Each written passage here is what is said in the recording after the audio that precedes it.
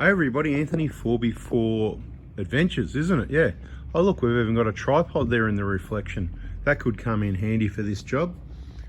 Table installation. At the moment we've got the table brackets sitting here. The elastic bungee's already connected. We've got the ropes that hold it up we'll install later. There's some instructions, we'll have a look at those maybe. I've already sorted out my 8 screws that are going to hold these brackets on. This is so easy. It's child's play, I'll call it. Now, what I haven't worked out, these ones are obviously going to be for the hinge bolts to put the table onto these brackets or hinges.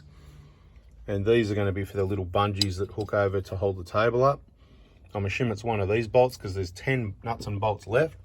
So I'm going to assume, because I haven't read instructions or watched videos yet, that this washer goes between the table and the hinge. And there's 8 spare of them. Take 2, actually. You should always read the instructions and watch the videos. Gather all the info you can. But back to what I was saying. That's what's going to hold my hinges on. One of those I fitted onto the door, so I know 100% that's it. And there must be 8 spares for people that want nuts and bolts that aren't happy with these massive, big, coarse screws. I did just have a quick look at the instruction. It says to drill the hole for these brackets, which I'm not going to do.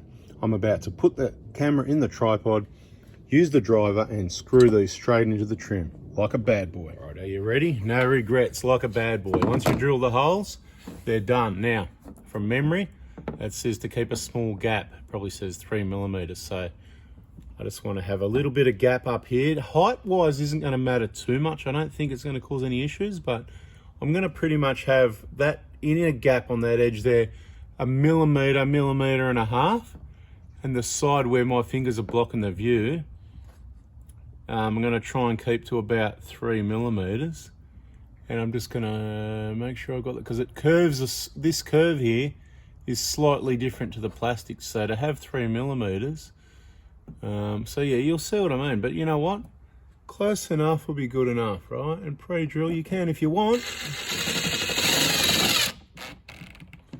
but that's how I roll, right? So level as possible with a 3mm along there when I put the next screw in. But that leaves, just to be clear, it leaves about 4mm on the bend, but about 1.5mm there. So this is, I suppose, where this video is handy, because you'll see what I mean when you try and do the 3mm, and this is just slightly different.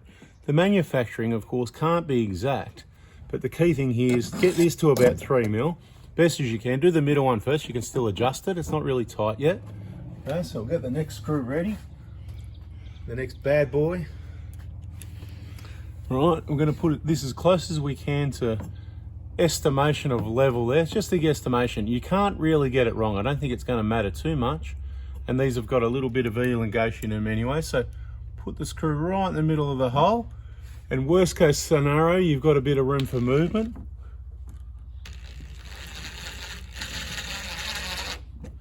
Right, there's the next one. And you get my drift, don't you? So let's continue.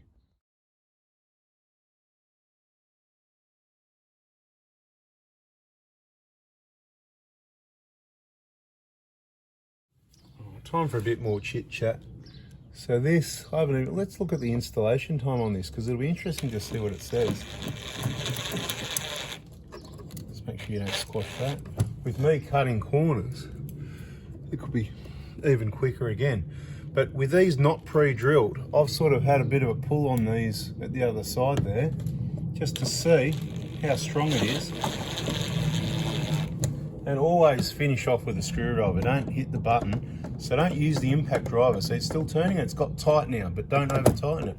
Turning, turning, turning.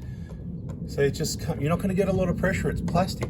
But they're really coarse threads, so they're not going to pull out, you know? You could this will just about pull the door, and it's pulling down, remember, not out, but that is just, can you see how rock solid, mate? I can't even hammer it the way I want to hammer it, you know what I mean, to give it a good hammering. But you can go find that video if you want with 30-40 kilos of water and whatever I put on it, and have a look at that. But that's that stage done. Now, this is where you might want an assistant. If you got someone, just grab them for a hand for a sec, but you can do it on your own, because I'm about to do it. Pretty sure the table goes on the outside. So the bolt through the table, then the washer, then through this hole, and then the nut on the inside. But I'll just quickly check the instructions and we'll get on with it. So once you got it sort of in place, let's do a test fit. And I'll give you a couple of tips of my own. Yes, the table fits on the outside. Looks like there's just enough room for a couple of washers each side. You can see that. So that's going to go to plan. Now, what I recommend is you peel the protective coating off, or at least around the edges, which is what I've done. Get your bungee cord started. Get in the picture. Where are you? I can't see. There's too much sunlight.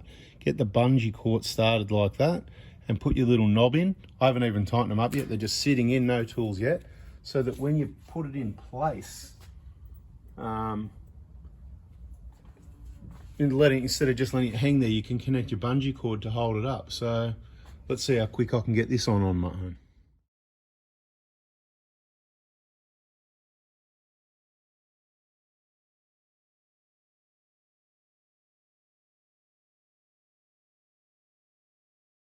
Okay, there's going to be a few more tips you want to know yet, so I hope you get the picture.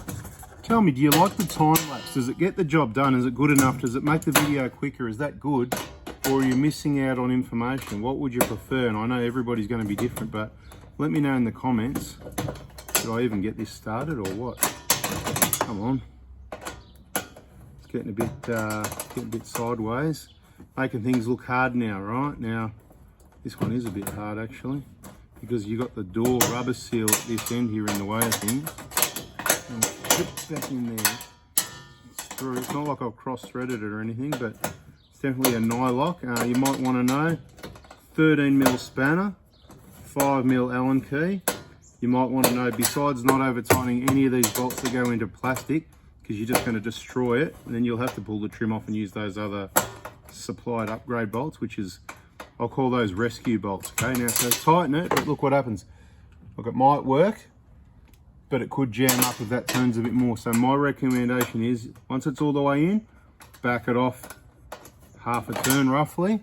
Okay, do that both sides, and there you have it. All you got to do is peel off your plastic and tighten up those bolts. Pretty much I think everything else is done. So, because I did the put those in place so that we could just go like this at the end and go. Beautiful, look at this beautiful thing, right? So peel the edges up because you need the edges up for the hinges and whatever. Have a look at this. I love a nice shiny new table. I'll try and look after this one a bit better than the last one, because you know what? I just use it, I don't really care. Have a look at that, people. Yes, I like stainless. I'm just going to put some dirty fingerprints on it. Oh, got to zap off it. See, because I was misbehaving, being a bad boy again. And the first sticker is on, and thanks again. Thank you very much, KAON, for making all these quality products for us Prado owners and everybody else, of course. Okay, finishing touches, more sizes. You're going to need a 8mm spanner and a 3mm hex to just give these a nice nip up. And that is a nylock, so that shouldn't go anywhere either.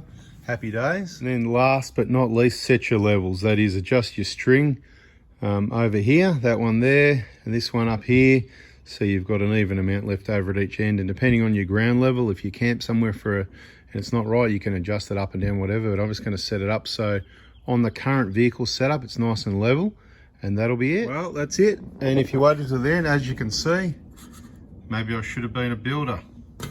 And let's check the other end. Maybe not, depends if it's loaded or not loaded. Yeah, not bad, Anthony. Anyway, people, there you go. And the old chopping board, you get these from KAON as well, or IKEA. And these little clip-ins are just sandwiches in there. Good little chopping board. We like to have one of those as well, comes in handy.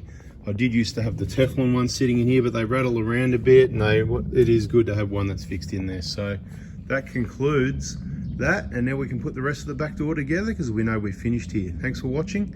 Hope you liked it. Subscribe, turn the bell on. Check out both YouTube channels. There's plenty more information coming your way. See ya.